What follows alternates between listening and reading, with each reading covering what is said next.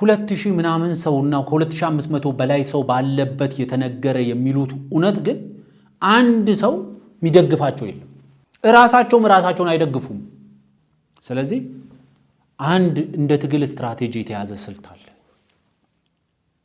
ይሄ የትግል ስትራቴጂ ምንድነው? አዲስ ትርክት መፍጠር፣ የፖለቲካ አዲስ ትርክት። ይሄ አሁን ከጠቅላይ ሚኒስትሩ አጌንስት እየተደራጀው ነው የሚል ከጠቅላይ ሚኒስትሩና ከመንግስታቸው በተቃራኒ እየተደራጀው ነው የሚለው ኃይል አንድ በመካከሉ ችግር የሆነበት ነገር አለ። ለመሰባሰብ ችግር የሆነበት በኦሮሚያ ውስጥ የሚንቀሳቀሰው ራሱን የኦሮሞ ነጻነት ሰራዊት ብሎ የሚጠራው፣ በአማራ ክልል ውስጥ የሚንቀሳቀሰው ራሱን የአማራ ፋኖ ብሎ የሚጠራው፣ በትግራይ ክልል ውስጥ የሚንቀሳቀሰው ራሱን የህወሓት ታጣቂ ብሎ የሚጠራው፣ የነዚህ ሁሉ ደግሞ አሰባሳቢ የሆነው የሻዕቢያ መንግስት አንድ እንቅፋት ገጥሟቸዋል። ያ እንቅፋት እርስ በእርሳቸው እንዳይተባበሩ በተወሰነ ደረጃ መሰናክል ሆኖባቸዋል።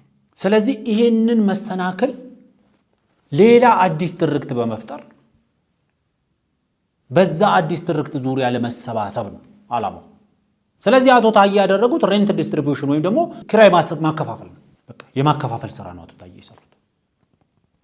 የኦሮሞ ነጻነት ሰራዊት ብሎ ራሱን የሚጠራው ኃይል ከአማራ ፋኖ ጋር ሊሰራ የሚችልበትን መደላድል፣ በመካከላቸው ያለውን መሰናክል ማስወገድ የሚችል አዲስ ትርክት መፍጠር፣ በአማራ ፋኖችና በህወሓት ታጣቂዎች መካከል አዲስ ትርክት መፍጠር፣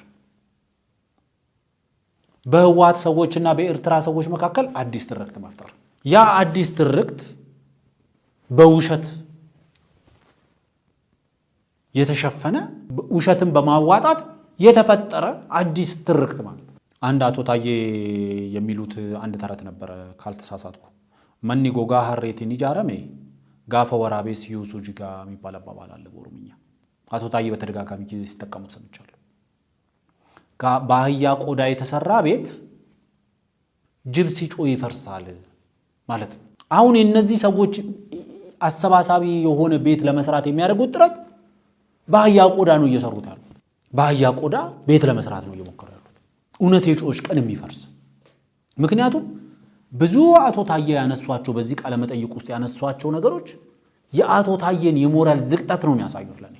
ምክንያቱም ቀኑን እሳቸው ይሄ ንግግር ተነገረ በሚሉበት ሰዓት ላይ ሄደን ከዛ በኋላ አቶ ታዬ ያራመዱትን አቋም ነው ቼክ ያደረግነው።